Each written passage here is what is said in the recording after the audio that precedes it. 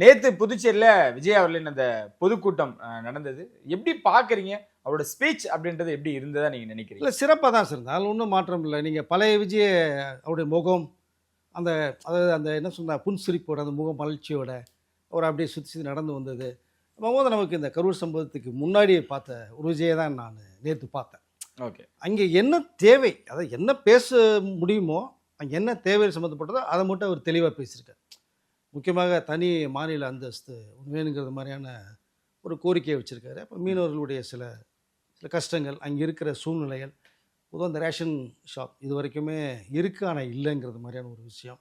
So இதெல்லாம் நிறைய இதெல்லாம் பார்க்கும்போது அவருடைய ஸ்பீச் பாண்டிச்சேரி மக்களையும் சந்திக்கணும். ஸோ ரசிகர்களையும் சந்திக்கணும். நம்ம தமிழ்நாடு மட்டும் நம்மளுடைய மக்கள் கிடையாது, பாண்டிச்சேரியில் இருக்கிற மக்களும் சரி, ஆந்திரா, கர்நாடகா, கேரளா மக்கள் கூட என்னோட மக்கள்னு சொல்கிற ஒரு விஷயத்தை நம்ம பார்க்க முடியுது. அதனால் அவருடைய செல்வாக்கு என்னங்கிறத நேற்று பாண்டிச்சேரியிலையும் காமிச்சிருக்காரு. ஸோ அப்படி தான் என்னுடைய பார்வை தெரியுது. சுருக்கமாக பேசினாலும் அதில் என்ன தேவையோ அதை பேசியிருக்காருன்னு நான் நினைக்கிறேன். 70 நாட்களுக்கு மேற்பட்டு சார், 72 நினைக்கிறேன். மேற்பட்டு அந்த வாகனமும் வெளியே வருது. விஜய் அவர்களும் ஒரு ஓப்பன் ஸ்பேஸ்ல மக்களை சந்திக்கிறாரு. புத்துணர்ச்சியா இருக்காரா? அவரோட மனநிலை இப்போ எப்படி இருக்கு? ஒரு ஒரு தெம்பு கொடுத்துருக்கா? தெளிவா இருக்காரு. அதான் சொன்னேன் இல்லையா, தெளிவாயிடுச்சு. ஃபேஸே நீங்க பார்த்தீங்கன்னா அந்த சோகத்திலிருந்து டோட்டலா மீண்டு வந்துட்டார். அவர் தான் சொல்லல, மக்களை சந்திக்கிற வரைக்கும் நானா இருக்க மாட்டேன். ஸோ மக்களை சந்திச்ச பிறகு தான் நான் வந்து அடுத்த கட்டத்துக்கு போவேன்னாரு. பட் அங்கே ஒரு போக முடியாத சூழ்நிலை உருவாகிட்டே இருந்தது. போனால் மீண்டும் இந்த கூட்டத்தை கட்டுப்படுத்த முடியாது, காவல்துறையோட அனுமதி வேணும். இவ்வளோ சிக்கல்கள், சட்ட சிக்கல்கள் இருக்கிறனால தான் வெயிட் பண்ணார். இங்கே வர வச்சார், பார்த்தார். சுருக்கமாக பார்த்ததுக்கு பிறகு தான் அவர் கொஞ்சம் பழைய நிலைமைக்கு ஆளானார். அதற்கு பிறகு நம்ம காஞ்சிபுரத்தில் அங்கே பேசுகிறத நீங்கள் வந்து கேட்டிருப்பீங்க.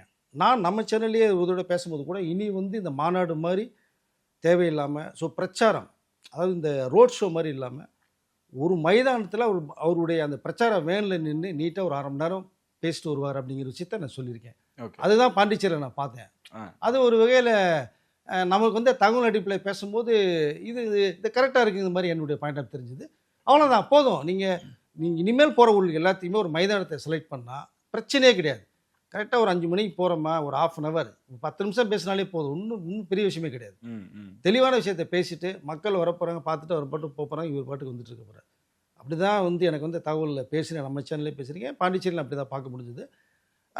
பொதுவாக நேற்று பார்த்த விஜய் வந்து கொஞ்சம் அதுலேருந்து மீண்டு வந்துட்டார். இன்னொரு சிறப்பு அம்சமாக இந்த பக்கம் வலது பக்கம் செங்கோட்டையன் அவர்கள், இந்த பக்கம் நாஞ்சில் சம்பத் அவர்கள்.